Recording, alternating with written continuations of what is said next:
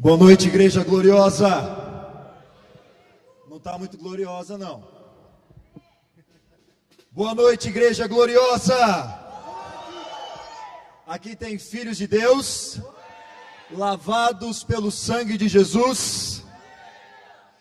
Então Jesus merece uma celebração, não merece não? Então celebre Jesus aí no seu lugar. Aleluia! Tu és adorado nessa noite, Senhor. Amém. Irmãos, que alegria estar com vocês. Eu me chamo Levi. Estamos aqui com o Ministério Isaac, o ministério da nossa família.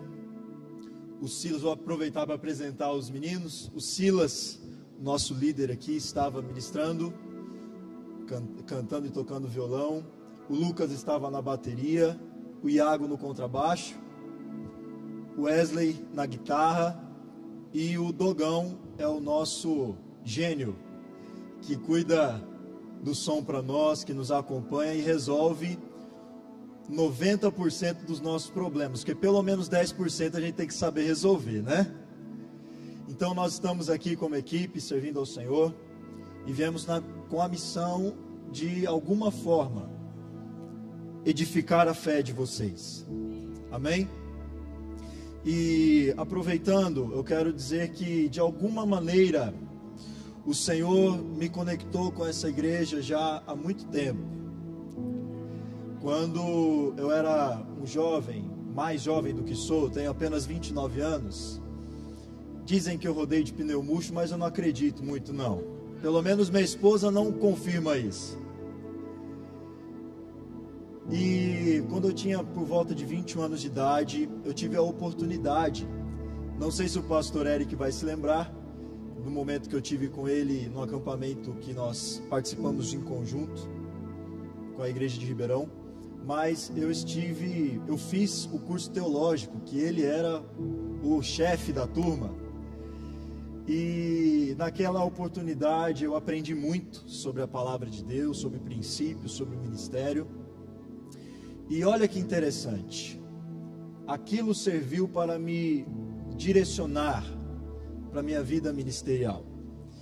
E há 2 anos eu fui ordenado pastor, estou pastoreando ali junto com o meu pastor Salomão, que também é meu pai. E estou continuando, o legado pastoral da família, e obviamente toda a nossa família é uma família de pastores. Mas o Senhor me deu essa missão e eu sou muito grato, viu, pastor? Por de alguma forma você ter me abençoado e sido instrumento de Deus para edificar o meu ministério. Amém?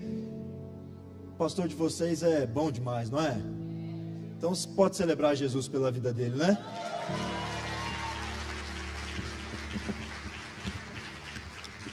Amém.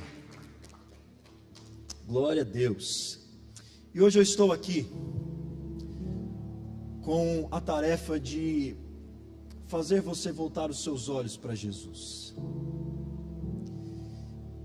Nesses últimos dias que nós estamos rodando, já é a 4ª ministração que estamos fazendo, e nesses dias eu tenho visto o Senhor colocar uma mensagem muito forte no meu coração e no coração das pessoas que nós temos ministrado.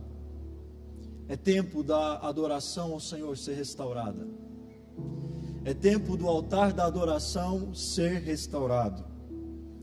Eu não sei se você sente o mesmo, mas eu percebo que na virada de 2022 para 2023, janeiro já começou com uma espécie de aproximação mais forte da presença de Deus. Parece que a presença do Espírito Santo está liberada de uma maneira fresca, uma maneira nova, uma novidade de Deus. O que está acontecendo ali em Esbor não é algo normal. Todos vocês estão sabendo o que está acontecendo, mas não é algo que está acontecendo só lá. Eu não acredito que é só lá. É algo que Deus está fazendo na sua igreja. Quem é a igreja de Jesus aqui? Então Deus está fazendo isso em você. E eu creio que nessa noite o Senhor vai despertar o nosso coração para revisitarmos esse tema tão essencial, tão profundo, que é a adoração. Eu quero pedir para você nesse momento fechar os seus olhos e fazer uma oração ao Senhor, pedindo a Ele uma palavra. Não espere algo de mim você não vai receber muita coisa, mas espere tudo do Senhor. Ele vai trazer respostas ao seu coração, Ele vai trazer libertação para a sua alma, para o seu espírito, cura para o seu corpo, ativação espiritual na sua vida, fortalecimento, renovo. Ele vai te quebrantar, Ele vai te transformar, Ele vai te moldar, Ele vai te purificar. Então peça aquilo que você precisa para o Senhor. Levante a sua voz em oração nessa hora. Eu sei que essa é uma igreja que ora, então eu quero pedir para você, levante a sua voz em oração, peça ao Senhor, fale comigo, Senhor. Eu não quero que essa noite seja uma noite normal, mas eu quero que essa noite seja uma noite cheia da sua glória, da sua presença. É uma segunda-feira, não é dia normal de culto, Senhor, mas isso é dia normal na nossa cabeça, na nossa liturgia. O que interessa, Senhor, é que quando estamos reunidos na sua presença, é que a sua glória venha, é que a sua presença venha, é que a tua unção se derrame sobre nós, é que sejamos impactados pelo seu poder. Se você tem sede e fome do Senhor, coloca sede e fome na sua oração agora. Eu quero ouvir a sua voz sedenta, pedindo, clamando: Senhor, eu preciso de ti, Senhor. Aviva-nos, Deus, aviva-nos, desperta o nosso espírito nessa noite, chacoalha-nos, ó Deus, com a sua presença, com a sua nuvem de glória, com o seu toque especial, que o seu Espírito Santo esteja derramado na casa, em nome do Senhor Jesus, em nome do Senhor Jesus, aleluia, aleluia. Espírito, encha a minha vida, Espírito, encha a minha vida, enche-me com seu poder, pois de ti eu quero ser. Espírito, enche o meu ser. Vamos juntos pedir para o Espírito Santo fazer a sua obra. Espírito, encha a minha vida. Vamos, igreja, vamos adorar. Encha a minha vida, enche-me com o seu poder, pois de ti eu quero ser. Espírito, enche o meu ser. Levante as suas mãos assim, ó. As minhas mãos eu quero levantar, aleluia, e em louvor te adorar. O meu coração eu quero derramar diante do seu altar. As minhas mãos, vamos, as minhas mãos, bendito é o teu nome, Senhor, e em louvor, oh, aleluia, o meu coração eu quero derramar diante do seu altar.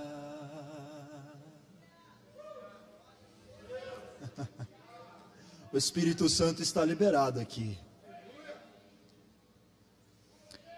quero tirar um minutinho com você. Ore em outras línguas agora. Um minutinho, vamos. Ore em outras línguas agora. Se você ainda não ora em outras línguas, glorifique ao Senhor com as suas palavras. Mas vamos separar um minutinho. Aqueça seu espírito agora. Vamos.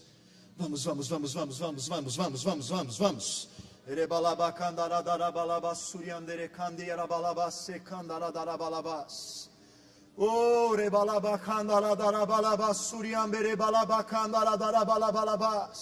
a atmosfera está mudando,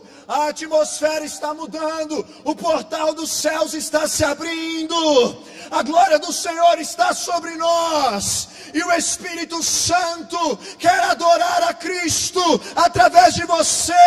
Dentro de você vive o Espírito de Deus, e esse Espírito é o único que pode dar glórias a Deus. Então Ele glorifica, Ele adora, Ele exalta a Jesus através de você. Então libera o Espírito que está dentro de você para adorar aquele que reina, aquele que vive, porque a adoração não é coisa da alma, mas procede do Espírito vivo de Deus.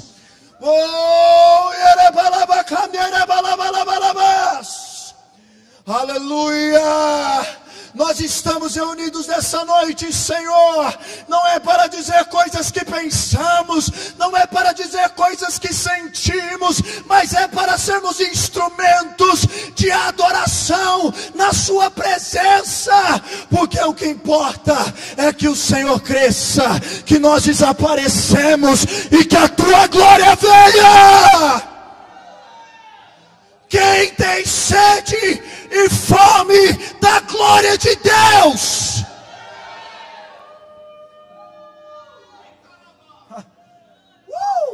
essa noite não vai ser normal, eu já percebi. Aleluia. Fica nesse espírito, pode ser? Está tão gostosa a presença de Deus aqui. Desconecta não. Aleluia. Aleluia. Aleluia. A hora que eu tiver que parar, vocês me avisam, por gentileza. Oh, meu Deus, o irmão está animado, hein? Aleluia. A hora que o pastor Eric bateu o pé, eu já paro. João capítulo 4. Versículos 20 a 24. O tema dessa conferência é levante. Vocês não entenderam nada que a irmã falou aqui agora há pouco? O tema dessa conferência é levante. Estou feliz por isso. Obrigado pela deixa, viu? O Senhor está levantando o exército de verdadeiros adoradores. É hoje, hein? Nossos antepassados adoraram neste monte, mas vocês judeus dizem que Jerusalém é o lugar onde se deve adorar. Jesus declarou: creia em mim, mulher. Está próxima a hora em que vocês não adorarão ao Pai, nem neste monte, nem em Jerusalém. Vocês samaritanos adoram o que não conhecem. Nós adoramos o que conhecemos, pois a salvação vem dos judeus. No entanto, está chegando a hora, e de fato já chegou. E de fato já chegou. Em que os verdadeiros adoradores adorarão ao Pai em espírito e em verdade. Diga assim: em espírito e em verdade. São estes os adoradores que o Pai procura. Deus é espírito, e é necessário que os seus adoradores o adorem em espírito e em verdade.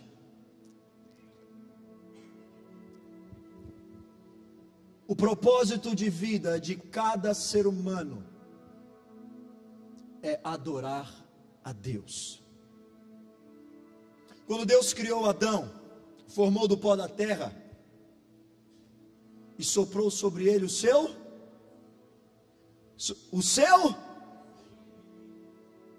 uns falaram espírito, outros falaram fôlego de vida. Vamos todo mundo unir no espírito. Ele soprou o seu. Não tem vida sem a interferência do espírito. Ele soprou sobre ele o seu espírito.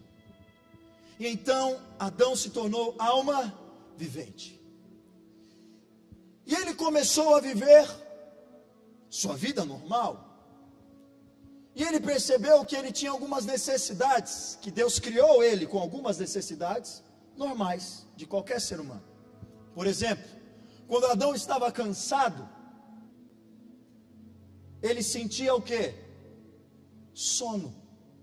Ele precisava dormir. Então ele tinha necessidade de dormir. Para isso ele sentia sono.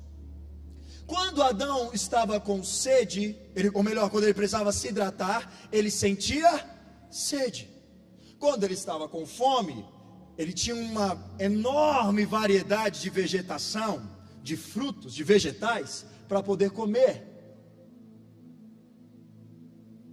Mas quando chegava no final do dia, ele sentia um outro tipo de necessidade.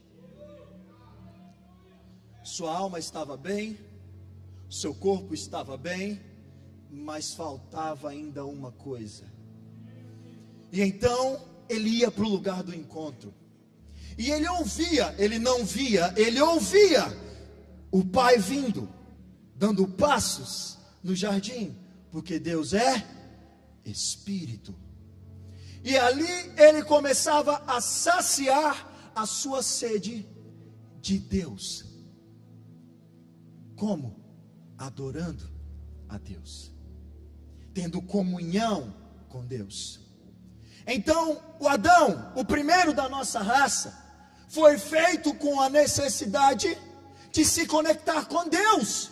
E a maneira que Deus instituiu para que nós nos conectássemos com Ele é por meio da adoração. Diga assim, a adoração. Quando Adão pecou, o pecado perverteu o seu sentido de maneira completa. Todo o nosso ser é contaminado pelo pecado. O pecado passou a habitar em nós, e passamos a ser escravos dele, dominados por ele, vivendo para satisfazer as vontades dele. E uma das coisas que o pecado perverteu foi o sentido da adoração. Ele não conseguiu remover a necessidade da adoração do coração humano. O que ele fez foi perverter, como tudo que o pecado faz, é perverter. E ele perverteu essa necessidade como? Induzindo o ser humano a adorar coisas e seres criados, ignorando a adoração ao Criador. E Paulo vai detalhar isso brilhantemente em Romanos, no capítulo 1, versículos 23 e 25. O apóstolo diz: trocaram a glória do Deus imortal por imagens feitas segundo a semelhança do homem mortal, bem como de pássaros, quadrúpedes e répteis. Trocaram a verdade de Deus pela mentira e adoraram. Diga assim, adoraram. Serviram a coisas e seres criados em lugar do Criador, que é bendito para sempre. Amém. Então, a palavra de Deus está nos mostrando que a sede do ser humano continua. A questão é que a fonte mudou. A fonte onde o homem procura se saciar, onde o ser humano procura se saciar, foi alterada pelo pecado. Então, essa substituição, quando ocorreu, o homem parou de buscar aquele que de fato deve ser adorado e criou uma outra forma de se achegar a Deus por meio da idolatria. E o que é idolatria? Idolatria é quando você substitui a adoração, aquele que é digno de toda a glória, por pessoas, por animais, por imagens, por coisas. É uma falsa adoração. Então, a partir disso, o ser humano procurou adorar a Deus por meios externos e não por meios espirituais. E eu quero pontuar algo com você aqui. Todo ser humano tem sede de Deus. Todo ser humano nasce com sede de se conectar com Deus. Todo. Mas e aqueles que negam a existência de Deus? Aqueles que são violentamente contra Deus? Até esses têm sede de Deus. Eles só não sabem como encontrar essa fonte. Eles só não foram despertados ainda para encontrar essa fonte.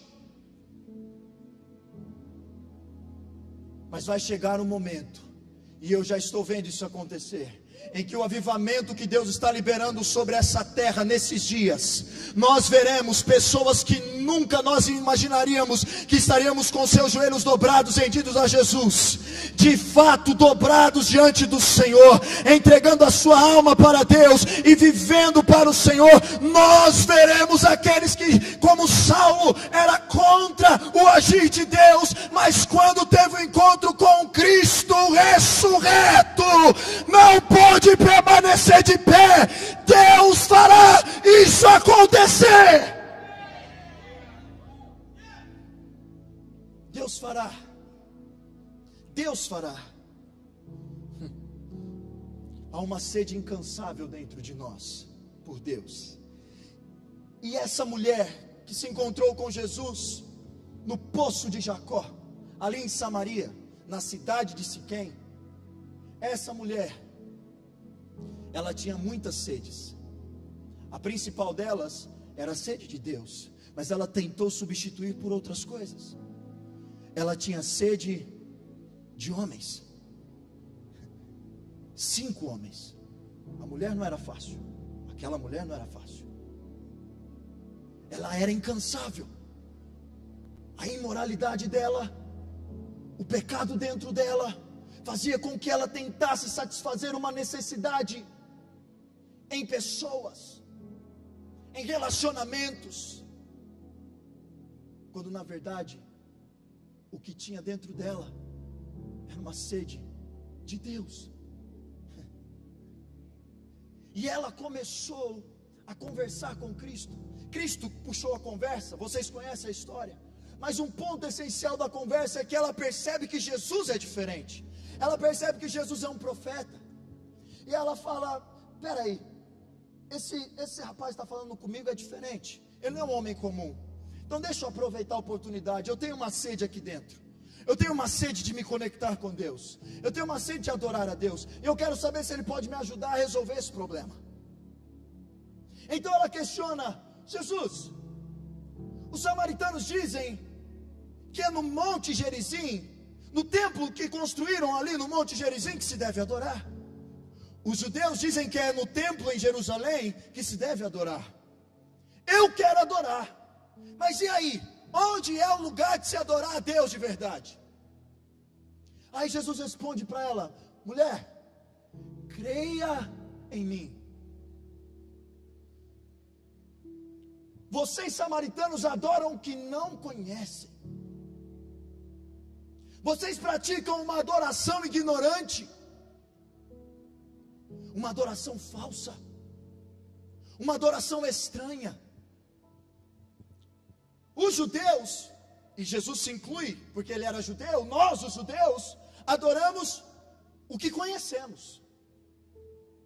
Mas vai chegar uma hora em que não será nem no Monte Gerizim, nem no Monte Sião, que não será nem no templo do Monte Gerizim, nem no templo de Salomão, em que a adoração a Deus vai acontecer.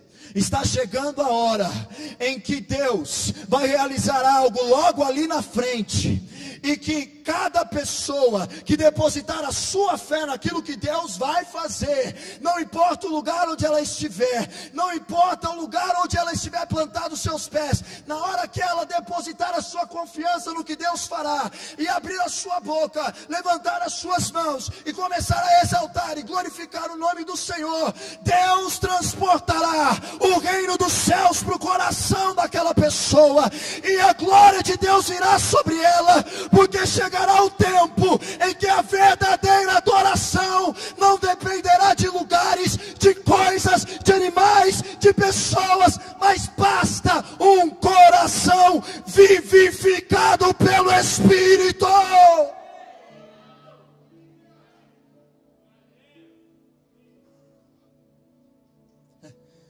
Aleluia, tem pessoas aqui com o coração vivificado pelo Espírito? Então essa palavra é para você. Eu quero separar por partes as 3 partes que Jesus definiu a adoração. Primeiro ele diz sobre a adoração ignorante dos samaritanos. Por que a adoração dos samaritanos era estranha? Essa história começou com o rei Salomão, filho de Davi, o que construiu o templo de adoração em Jerusalém. No final da sua vida ele pecou contra Deus. Ele caiu no pecado da idolatria. Por causa disso, Deus executou juízo sobre a nação de Israel, e a nação de Israel foi dividida em 2 reinos. O reino do norte tinha como capital Samaria. O reino do sul tinha como capital Jerusalém. E os samaritanos, por meio do rei Jeroboão, instituíram uma nova forma de cultuar a Deus. Como? Criando em Dan e em Betel altares a bezerros de ouro. E a adoração a Deus agora foi misturada com idolatria. E aqueles samaritanos começaram a criar para si deuses conforme aquilo que eles lhe achavam melhor. A adoração deles era uma adoração completamente contrária à palavra de Deus. E se lembre, são judeus, são israelitas que se misturaram com outros povos e que agora abandonaram o verdadeiro culto ao Deus de Israel para fazer um culto estranho ao Deus de Israel. E lá em 2 Reis, no capítulo 17, a palavra de Deus nos informa. Deixa só aparecer aqui para mim que fechou. Aqui. A palavra de Deus nos informa lá no versículo 32. Eles, os samaritanos, adoravam o Senhor, mas também nomeavam qualquer pessoa para lhe servir como sacerdote nos altares idólatras. Eles adoravam o Senhor, mas também prestavam culto aos seus próprios deuses, conforme os costumes das nações de onde haviam sido trazidos. Até hoje, em suas antigas práticas, não adoram o Senhor, nem se comprometem com os decretos, ordenanças, com as leis e com os mandamentos que o Senhor deu aos descendentes de Jacó, a quem deu o nome de Israel. Qual que é o tipo da adoração estranha que Jesus está falando aqui? É uma adoração muito parecida com o que nós vemos hoje em dia. São pessoas que querem se conectar com Deus, mas criaram um caminho próprio para tentar chegar à presença de Deus. São pessoas que não querem seguir a ordem da palavra, querem fazer conforme o seu coração manda. São pessoas que não querem se sujeitar à autoridade espiritual. São pessoas que querem praticar a adoração fora da forma como Deus estabeleceu. São pessoas que querem adorar a Deus com o seu coração entregue ao pecado, entregue a coisas estranhas à palavra. Pessoas que não ligam para a santificação, pessoas que não ligam para viver para Deus, pessoas que não estão interessadas em se humilhar, a olhar para Cristo, crucificado na cruz e entender que Jesus se fez pecado por ele, então ele deve, por meio do Espírito, dar uma resposta de obediência, porque aquele que não obedece não ama. Então pessoas que não querem obedecer a palavra, pessoas que não querem se submeter à forma da adoração da palavra, pessoas que não estão nem aí com aquilo que Deus diz a respeito da adoração, mas simplesmente querem levantar as suas mãos e adorar, sem terem sido despertadas pelo Espírito dentro delas. Essas pessoas estão invadindo as igrejas, essas pessoas estão sentadas nos palcos, essas pessoas estão sentadas nas cadeiras, essas pessoas muitas vezes podem estar até em cima dos palcos, pessoas que não querem dar glória para Deus, mas trocaram a glória do Deus imortal para glorificar a coisas e pessoas que acham normal crente ir para o carnaval e fazer festa no carnaval, e depois vir aqui na igreja, levantar as suas mãos e adorar a Deus, como se Deus tivesse de olhos fechados para esse comportamento. Irmãos, não me entenda mal, eu não estou falando de fraqueza, eu não estou falando de pessoas que estão no processo, eu estou falando de pessoas que nunca tiveram encontro com Deus, pessoas que estão misturando adoração, pessoas que estão vindo para os cultos para celebrar a homens, para celebrar pessoas, para celebrar bandas, e se esqueceram que eles vieram para adorar e exaltar o único que é digno de louvor, honra e glória, Jesus Cristo de Nazaré, ressurreto, Filho do Deus vivo. Uma adoração estranha. Então Jesus está falando: vocês não obedecem às leis, vocês não estão nem aí para a palavra, e você quer falar de adoração? Como que é isso? E então ele vai para outro ponto. Nós, os judeus, adoramos o que conhecemos, porque a salvação vem dos judeus. Mas está chegando o momento, e de fato já chegou, em que o tipo da adoração, o modo da adoração vai ser diferente. Sabe o que Jesus está falando? A adoração dos judeus é correta. Eles estão seguindo o que Deus disse, porque Deus foi quem estabeleceu as regras para a adoração. Nós já vamos ver daqui a pouquinho. Por meio da sua lei, no Monte Sinai, Deus estabeleceu as regras da adoração. Ou seja, vou explicar um pouquinho o contexto para você entender. O povo de Israel chegou no Egito como livramento de Deus, segundo a promessa que Deus fez para Abraão. E ali no Egito eles passaram 430 anos, até que foram libertos. Porém, durante esses 430 anos, aquela adoração, aquele povo que só adorava ao Deus de Israel, agora estava adorando a ídolos. Eles olhavam durante 430 anos, e o que eles viam era estátuas, deuses do Egito, em que as pessoas oravam, em que as pessoas se curvavam, em que as pessoas pediam, e achavam que recebia algo da parte deles. Eles achavam, era o contexto do povo egípcio, eles achavam que o faraó era uma divindade encarnada. E então Deus vai até o Egito e zomba de cada um daqueles ídolos. Cada uma das 10 pragas é uma zombaria de Deus, dizendo: ei, esses ídolos que vocês estão olhando, eles não existem, isso é coisa de maluco. Voltem os seus olhos para a minha presença, eu sou o Deus de vocês. E então Deus liberta eles, e Deus tira eles de um lugar magnífico em construções, e leva eles para um lugar que não passa de areias e mais areias. Sabe por quê?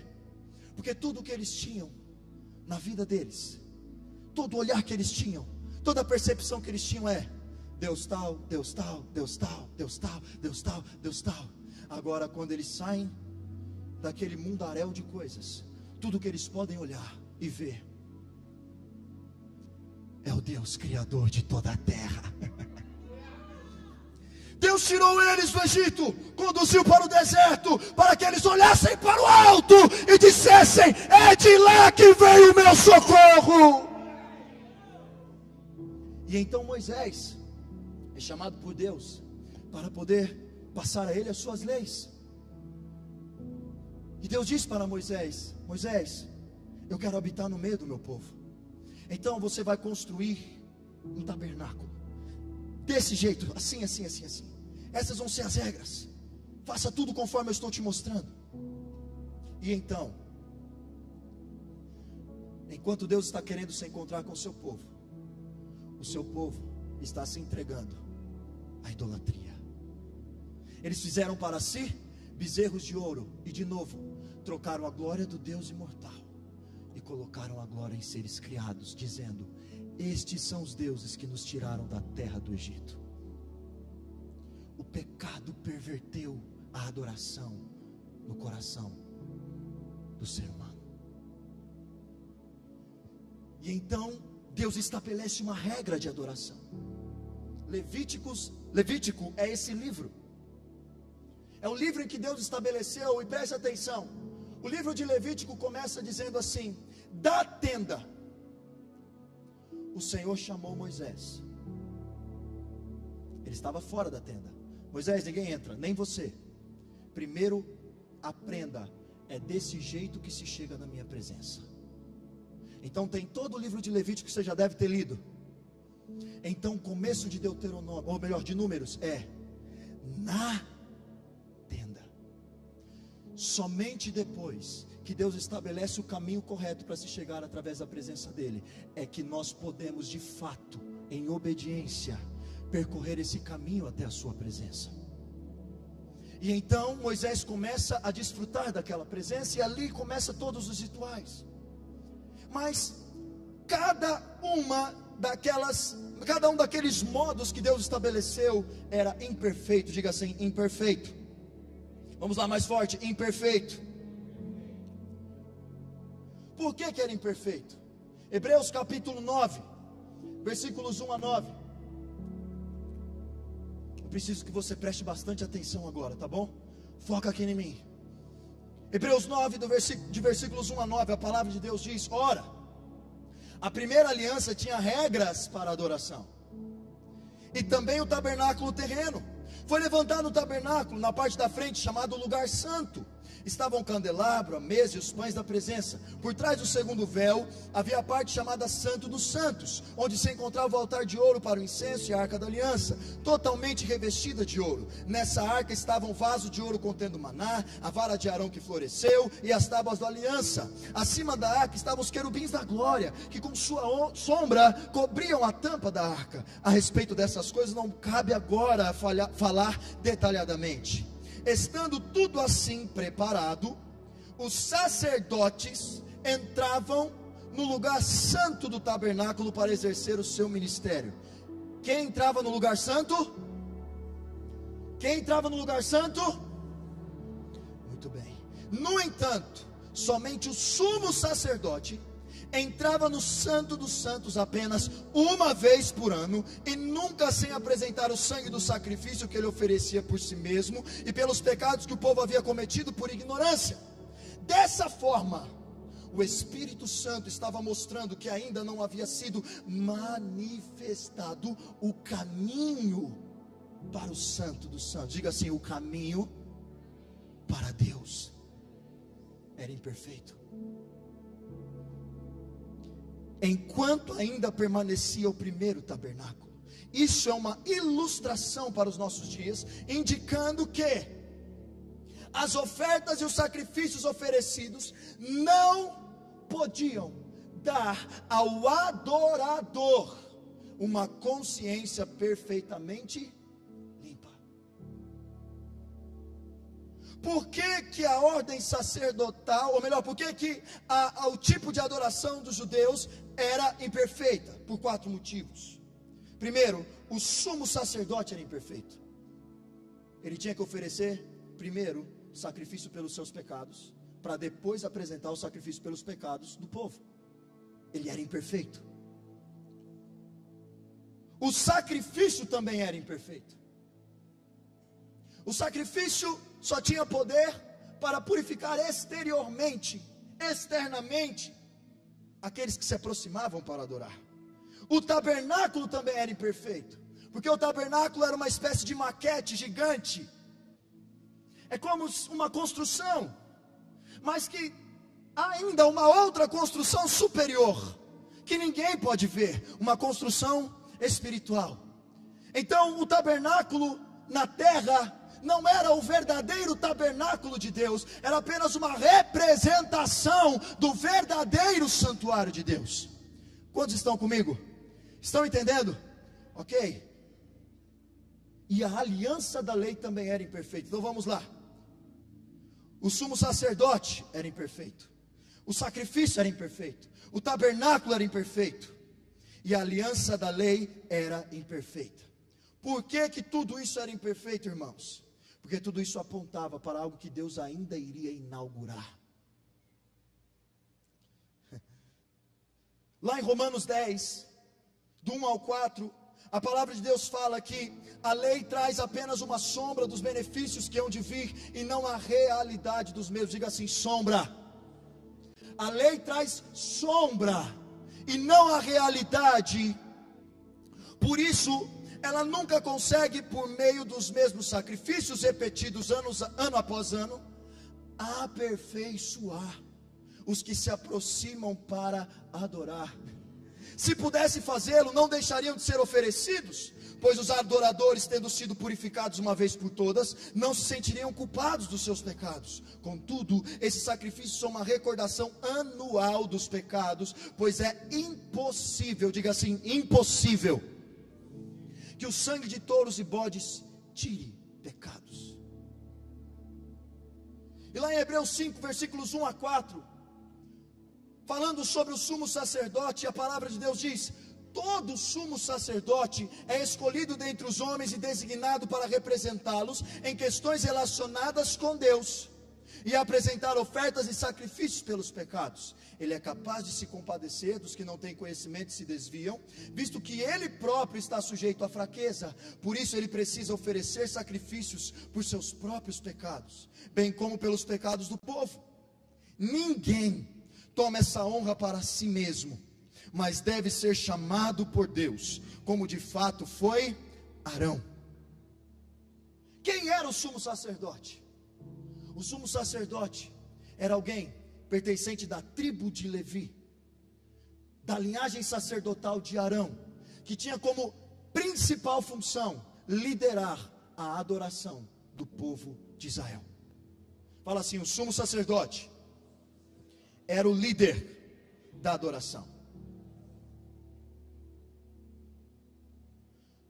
Esse sumo sacerdote, como eu disse, ele já era imperfeito por causa dos seus pecados. E nenhum daqueles cultos que foi oferecido a Deus durante mais de 1000 anos poderia ser perfeito. Por quê?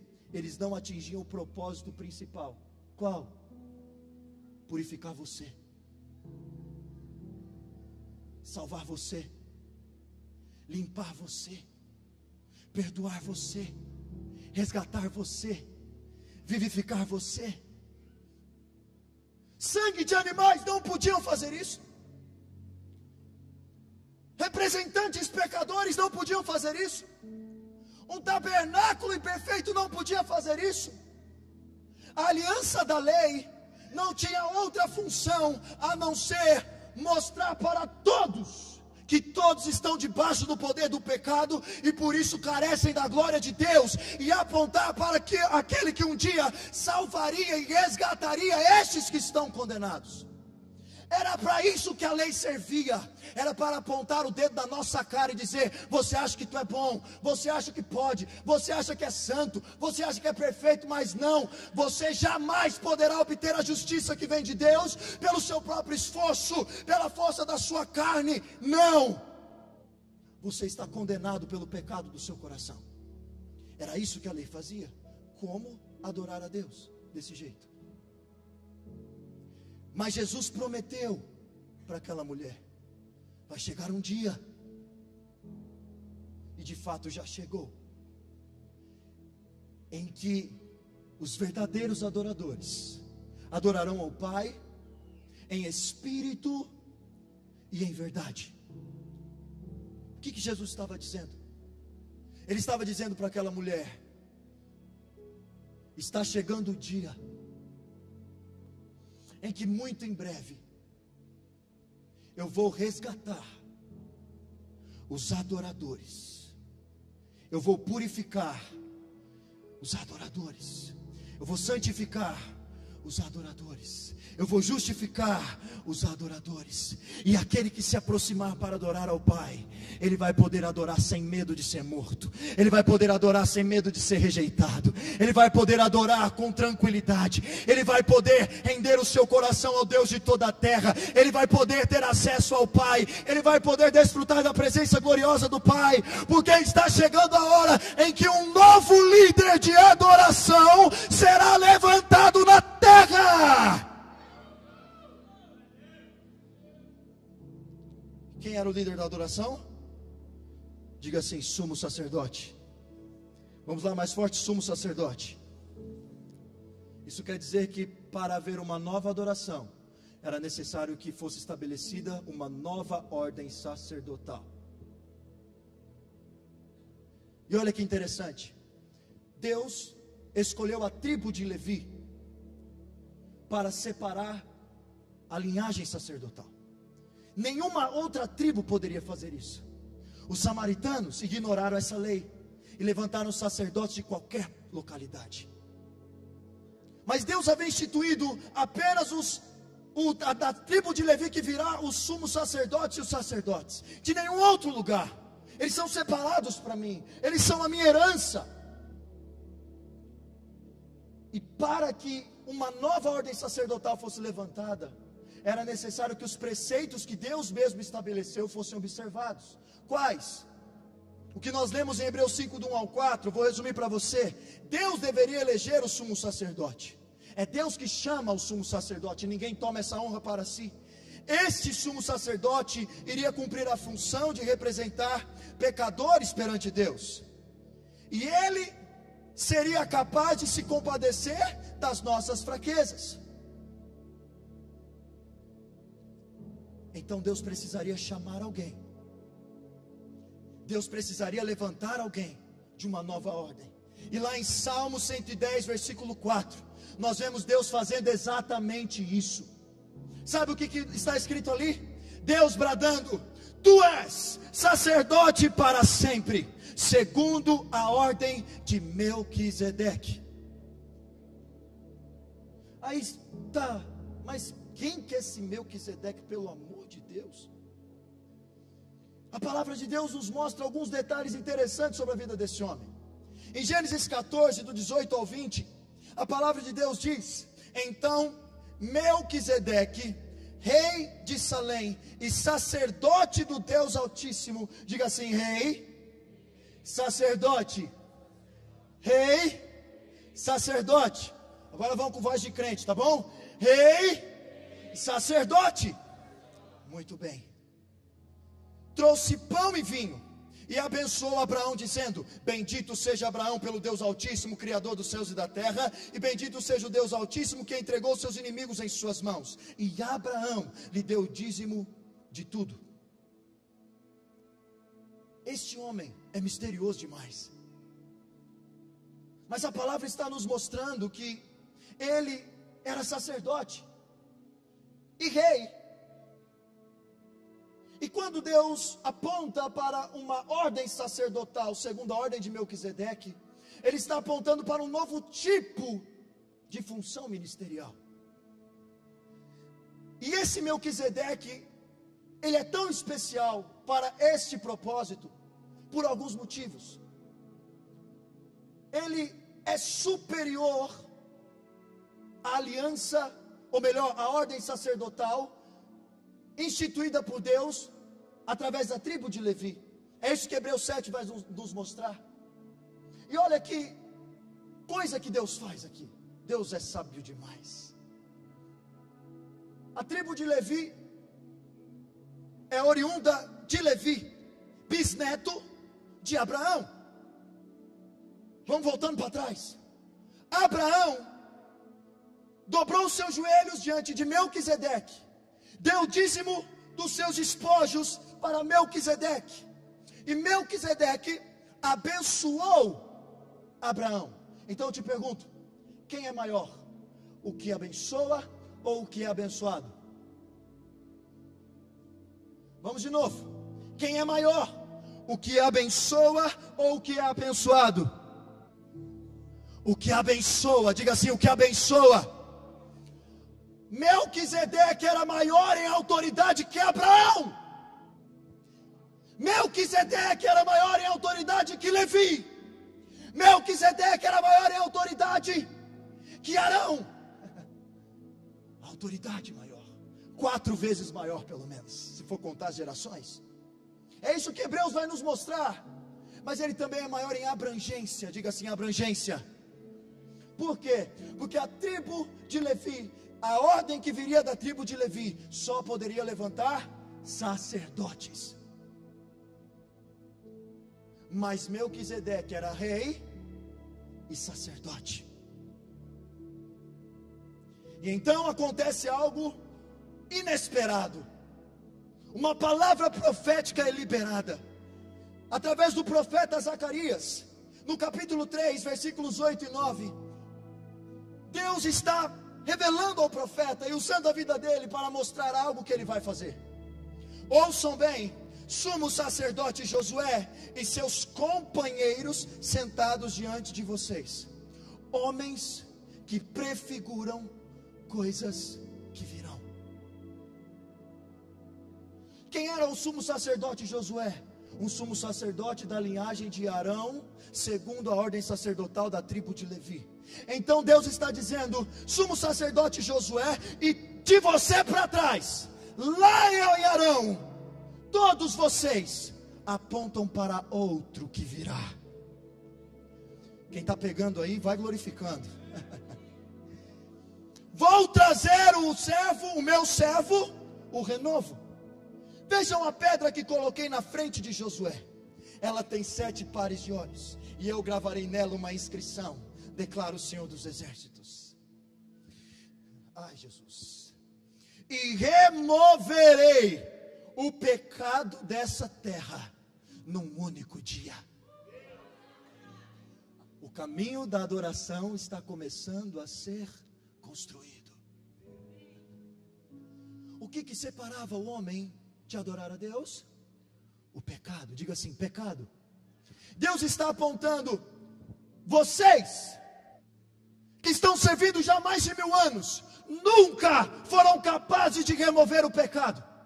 Mas eu vou trazer aquele que em um único dia vai remover aquilo que separa os meus adoradores da minha presença.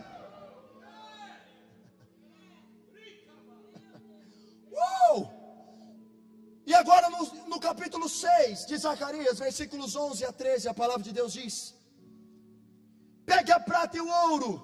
Outra visão de Zacarias. Faça uma. Vamos lá, faça uma. Eu estou ouvindo só por aqui. Vamos lá, povo desse lado. Vamos todo mundo junto. Façam uma. E coloque na cabeça do sumo sacerdote Josué, filho de Jeozadak. Espera aí, tem um problema aqui. Coroa só se coloca na cabeça de... E Josué era sumo sacerdote da ordem sacerdotal da tribo de Levi. E eles não poderiam separar rei, somente sacerdote. Continuando, diga-lhe que assim diz o Senhor Deus dos Exércitos: aqui está o homem cujo nome é Renovo, e ele sairá do seu lugar. Oh, glória!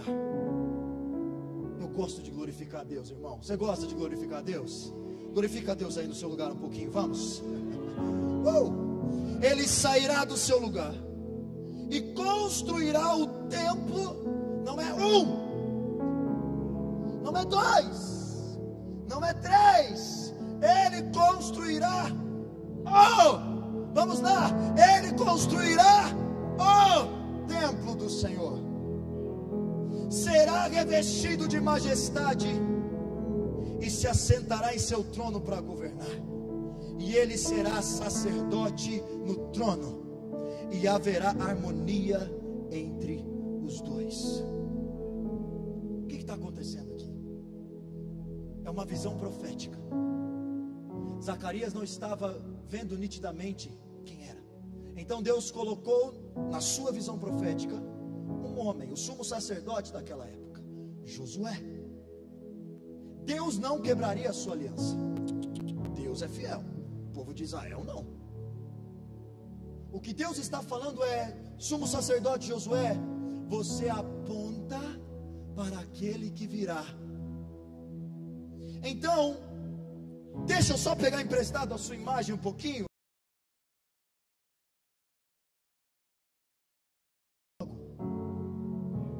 Eu quero renovar a adoração. Aquela comunhão que um dia um homem teve comigo lá no começo, eu quero que ela seja ainda maior e mais poderosa. Então eu vou começar a apontar um caminho, a abrir uma visão para você entender. Sumo sacerdote Josué, ei, faça uma coroa, coloca na cabeça dele. Você não é mais Josué, você é o meu renovo. Coloca uma coroa, reveste ele de majestade, investe ele de autoridade, fala para ele se assentar no trono, e ele trará harmonia entre os dois. Que dois? Rei e sacerdote.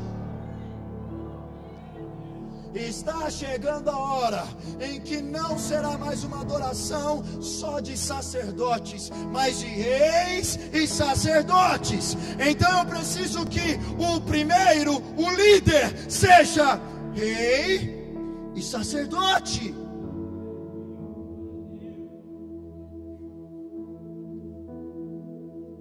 O caminho está sendo construído. Diga: o caminho está sendo construído.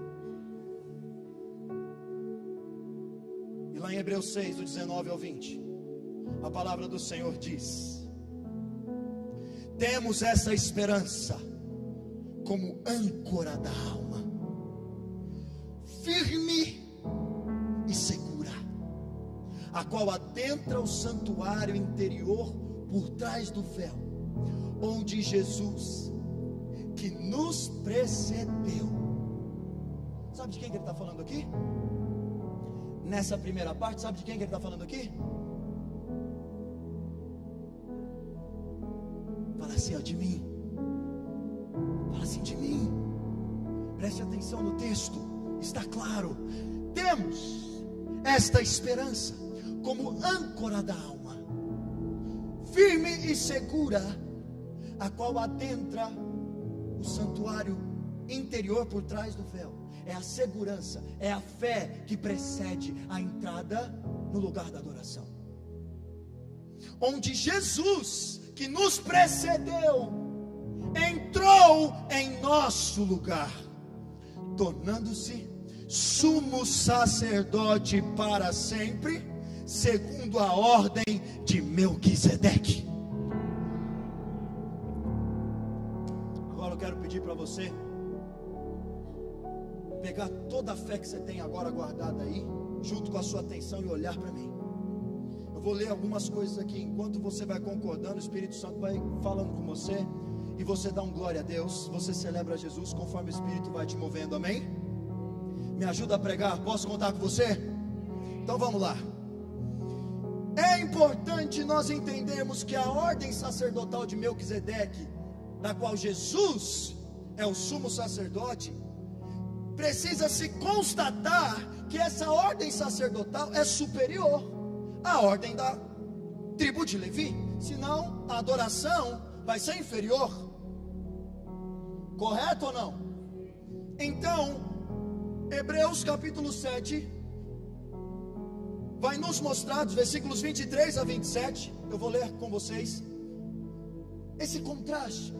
Ora, daqueles sacerdotes da aliança da lei, tem havido muitos, porque a morte os impede de continuar em seu ofício. O que é que impede? Próximo. Mas visto que vive para sempre, Jesus tem o sumo sacerdócio para sempre. Próximo. Portanto, ele é capaz. Quem? De salvar. Qual é a palavra que está ali, irmãos? Qual é a palavra que está ali? definitivamente aqueles que por meio dele se aproximam de Deus, pois vive sempre para interceder por eles. É de um sumo sacerdote como esse que precisávamos. Santo, inculpável, puro, separado dos pecadores, exaltado acima dos céus. Ao contrário dos outros sumos sacerdotes, ele não tem necessidade de oferecer sacrifícios dia após dia, primeiro por seus próprios pecados, depois pelos pecados do povo, e ele o fez uma. Não foi duas, não foi três, não foi 4, não foi 1000 anos, uma vez por todas, quando a si mesmo se ofereceu. Pois a lei constitui sumos sacerdotes a homens que têm fraquezas, mas o juramento que veio depois da lei constituiu o Filho. Constituiu o Filho para constituiu o Filho para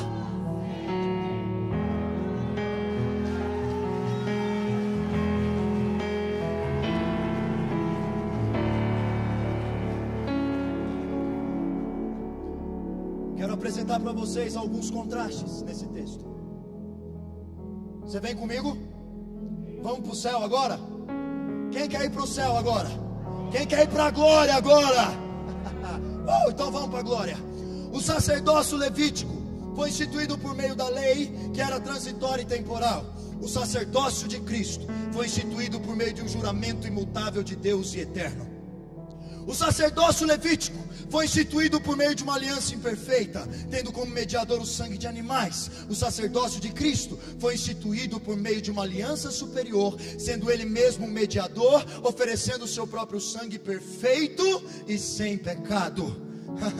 O sacerdócio levítico era impedido por ocasião da morte natural dos sacerdotes de ter caráter permanente. Cristo, porém, rompendo com os laços da morte, ressurgindo triunfantemente, obteve a vida eterna e foi declarado sumo sacerdote para sempre, sendo insubstituível. O sacerdócio levítico era completamente limitado quanto à salvação eterna. Ele era incapaz de prover salvação, porque era realizado por pecadores, por meio de mediadores imperfeitos, os animais. Já o sacerdócio de Cristo é ilimitado em poder para salvar, porque ao se oferecer como sacrifício ausente de pecado, recebeu a glória de oferecer e garantir completa salvação àqueles que nele crê. Crente, cadê você? Então vamos. O sacerdócio levítico realizava uma intercessão transitória e limitada, pois os sacrifícios realizados em favor do povo para perdão de pecados tinha validade de só 1 ano, sendo necessário ser repetido ano após ano. Cristo, porém, uma vez que adentrou aos céus, foi feito sumo sacerdote eterno, realizando desde então constante intercessão, que garante aos que creem segurança inabalável. Como disse o apóstolo João: filhinhos, eu vos escrevo para que vocês não pequem, mas se caso pecarem, porque pode acontecer, pode sim, nunca se esqueça, você tem um sumo sacerdote que adentrou aos céus, e ele está intercedendo por você, ele está te perdoando, te restaurando. Não há motivos para você se distanciar da casa do Pai. Os sacerdotes da ordem levítica eram escravos da culpa, pois assim como o povo eram pecadores, sendo imperfeitos, representavam pessoas imperfeitas, tendo que oferecer sacrifícios primeiro por eles, para depois oferecer pelos outros. Eram totalmente incapazes de aperfeiçoar aqueles que de Deus se aproximavam, sendo impossível para o povo acessar o lugar santíssimo da presença de Deus. Cristo, porém, era inculpável, mesmo sendo tentado em todas as coisas, passou pela tentação sem pecado, não foi encontrado culpa alguma nele, sem nenhuma mancha em seu testemunho, separado dos pecadores e feito mais alto do que os céus, foi feito sumo sacerdote perfeito. O sacerdócio levítico, além de ter representantes imperfeitos, oferecia sacrifícios imperfeitos, incapazes de remover a culpa dos pecadores. Cristo, porém, fez de si o próprio sacrifício, oferecendo a si mesmo, entregou o seu próprio corpo para ser esmagado e dilacerado na cruz. Por ter permanecido fiel, foi encontrado inculpável perante a humanidade, perante os espíritos malignos, perante os anjos e perante o Pai. Nada e nem ninguém o pôde resistir, e ao adentrar os céus, no verdadeiro santuário de Deus, entregou a oferta perfeita, que ao ser aceita pelo soberano, realizou aquilo que fora profetizado pelo profeta Zacarias em sua visão.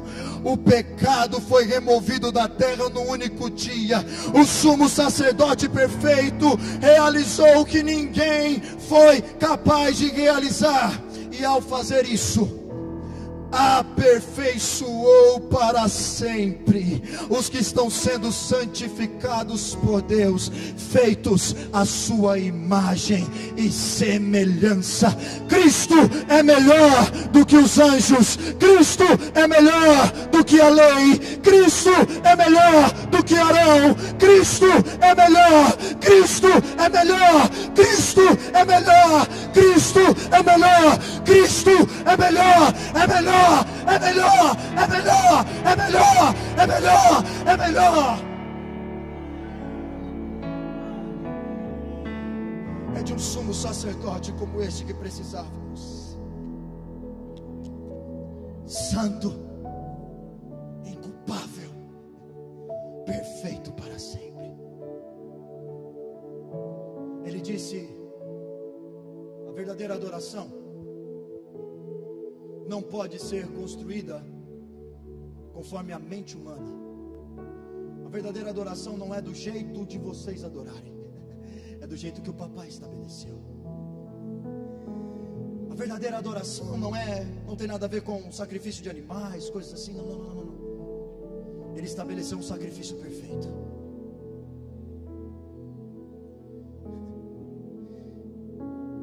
Quando Jesus disse: creia em mim, mulher, está chegando a hora, e de fato já chegou. Sabe o que ele estava dizendo? Mulher, enquanto eu estou tendo essa conversa com você, nenhum sumo sacerdote da adoração de Israel foi capaz de resolver o problema. Mas está chegando a hora em que um novo líder da adoração será levantado.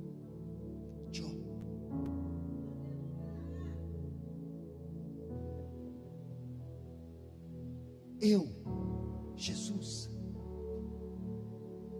vou oferecer o sacrifício perfeito. Eu vou adentrar o santuário perfeito. Eu vou ratificar a aliança perfeita. E quando isso acontecer, você vai saber que o Espírito foi liberado sobre toda a carne. E então você poderá adorar em espírito e em verdade. Diga: em espírito e em verdade.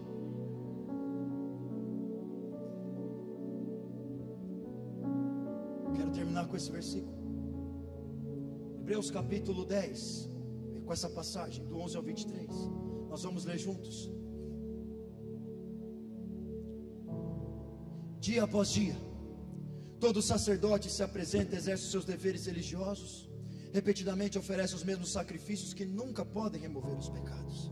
Mas quando este sacerdote acabou de oferecer para sempre um único sacrifício pelos pecados, assentou-se à direita de Deus. Chama a sua atenção para um detalhe rapidinho. Sabia que no tabernáculo não tinha banquinho para o sumo sacerdote sentar? Sabe por quê? Porque era o dia inteiro oferecendo oferta pelo pecado, que nunca resolveu o problema. Mas quando veio o sumo sacerdote perfeito e ofereceu a oferta perfeita, já tinha um trono preparado para ele se assentar. E quando ele se assentou, sabe o que significa? Telestai, está consumado. A oferta foi oferecida de uma vez por todas.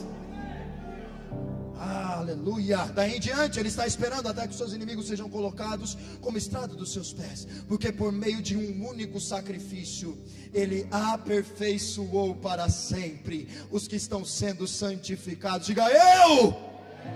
O Espírito Santo também nos testifica a esse respeito. Primeiro ele diz: esta é a aliança que farei com eles depois daqueles dias, diz o Senhor.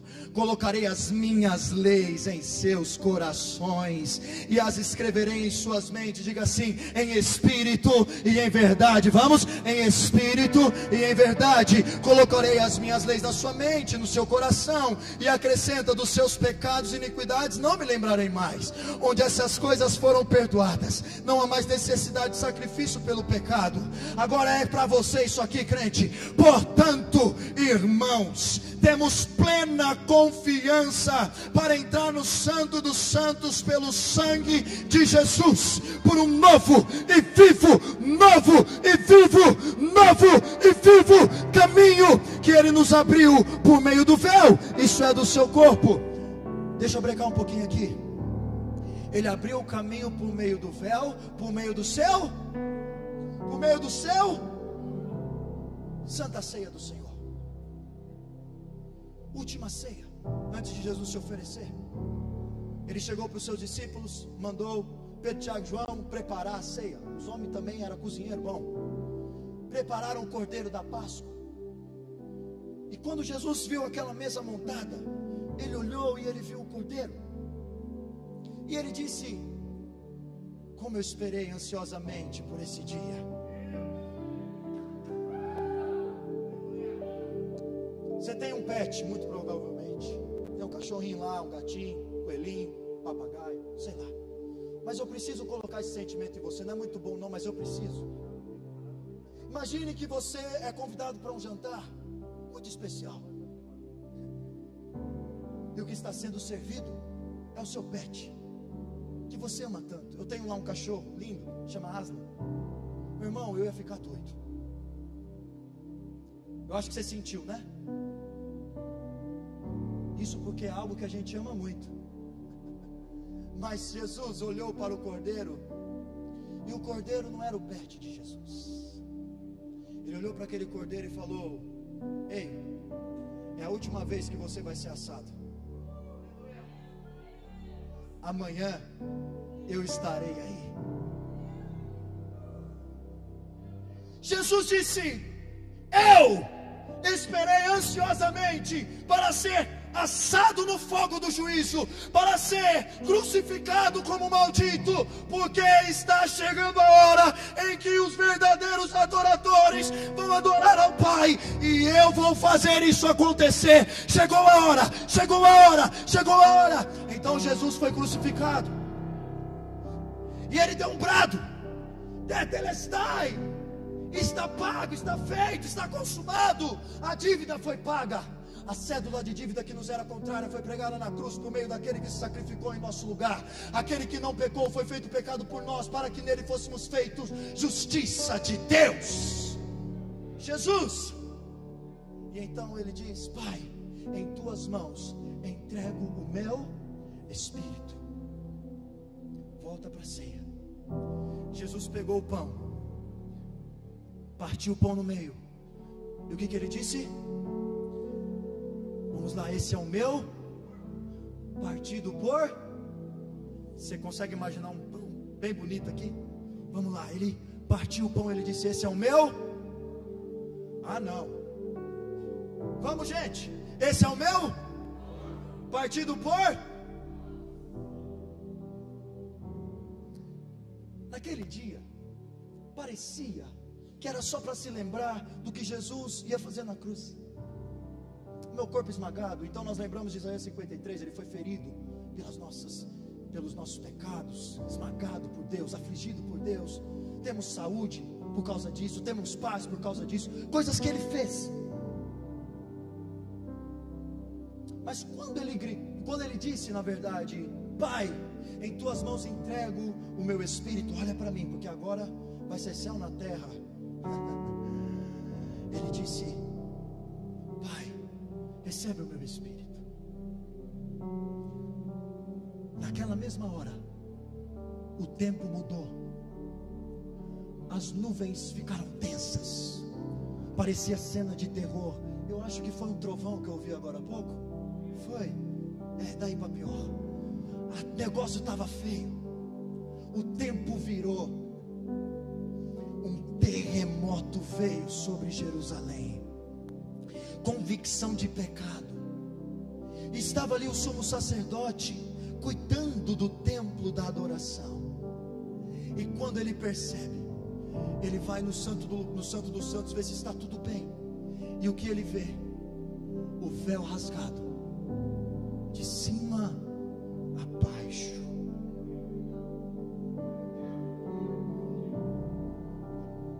Esse texto está dizendo: nós temos plena confiança para entrar no Santo dos Santos. Porque Jesus desculpa, porque Jesus foi partido, Ele rasgou o véu, o seu corpo rasgou o véu. Então não é só sobre o que Ele fez, não é sobre a paz, não é só sobre a cura, não é só sobre a libertação, mas é também sobre o que Ele está fazendo agora, assentado à destra do trono de Deus. O que significa o pão partido? Irmão, você tem acesso à presença do Pai. Irmão, você tem acesso à glória de Deus. Irmão, você tem acesso ao trono da graça. Você tem acesso à minha misericórdia. Você tem acesso ao meu perdão. Você tem acesso à minha glória. Você tem acesso ao meu Espírito incessantemente. Portanto, temos plena confiança.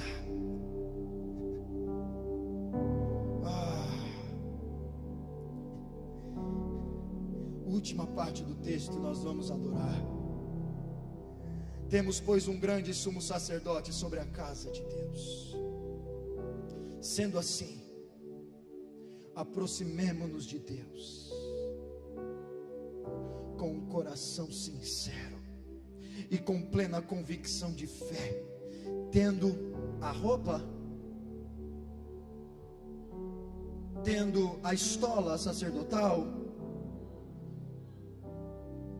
não, tendo o coração aspergido para nos purificar de uma consciência. Aonde está a consciência? Dentro ou fora? Dentro ou fora? Onde está o coração? Dentro ou fora? Em espírito e em verdade. E tendo nossos corpos lavados com água pura, apeguemo-nos com firmeza à esperança que professamos, porque aquele que prometeu, o que Ele prometeu? Mulher, creia em mim. Já chegou a hora, e de fato já chegou, em que você vai entrar no Santíssimo Lugar para ter acesso à presença do Pai, perdoada, lavada, remida, santificada, aceita como filha de Deus. Chegou a hora. E quando essa hora chegou, Ele se assentou no trono e estabeleceu uma nova ordem sacerdotal. Mas espera aí, não é só Jesus e Melquisedeque? 1 Pedro, acho que é capítulo 2, ele vai dizer assim: igreja gloriosa, geração eleita, povo exclusivo de Deus, nação santa, sacerdócio. O que é que Jesus fez, irmão? No antigo tabernáculo. Agora eu quero pedir para você ficar de pé.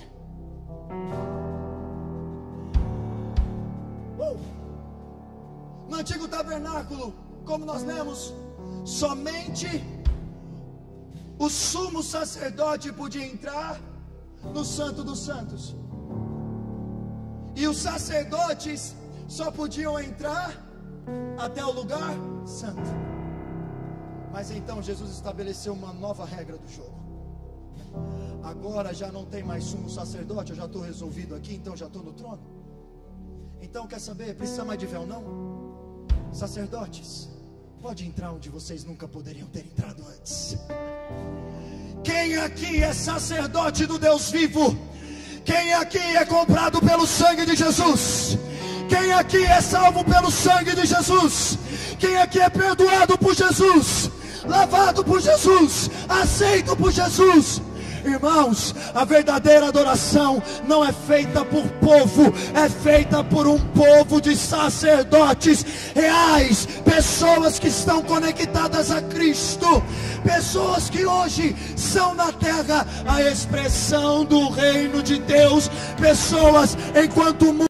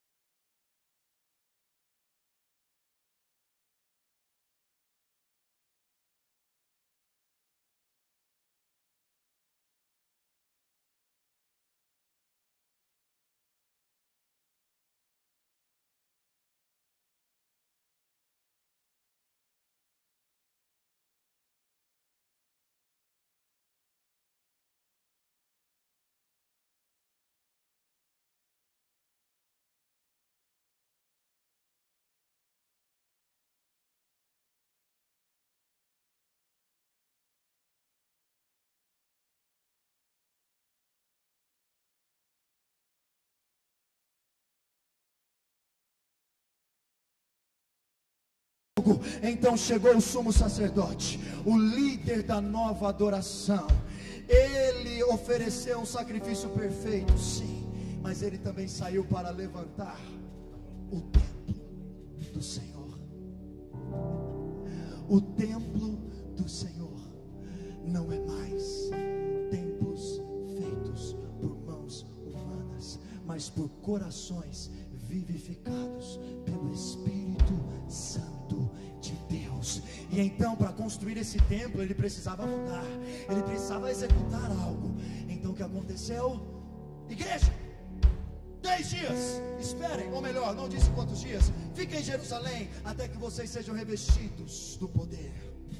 Então depois podem cumprir a sua missão. 10 dias, a igreja orando, quando de repente Deus responde o sacrifício perfeito com fogo. E eles começam a orar em outras línguas, e eles começam a olhar para a cabeça um dos outros e ver como línguas repartidas de fogo. E ali eles começam a pregar o evangelho e a adorar a Deus, a glorificar a Deus, a exaltar a Deus. E aqui a verdadeira adoração foi estabelecida, e é essa adoração por meio do Espírito que está sendo oferecida nessa noite, por meio de você. Pessoas compradas por um alto preço, pessoas lavadas pelo sangue de Jesus, pessoas que têm dentro de si o mesmo Espírito que ressurgiu a Cristo dentre os mortos. É com você que eu estou falando. É com você que eu estou falando. Tem poucas pessoas aqui. Quem aqui tem o Espírito Santo dentro de si? Você pode adorar. Você pode adorar. Você pode adorar em espírito, em verdade. Em espírito, em verdade. Em espírito, em verdade. Então nessa hora nós vamos encerrar assim uma adoração inigualável nesse lugar, em espírito e em verdade.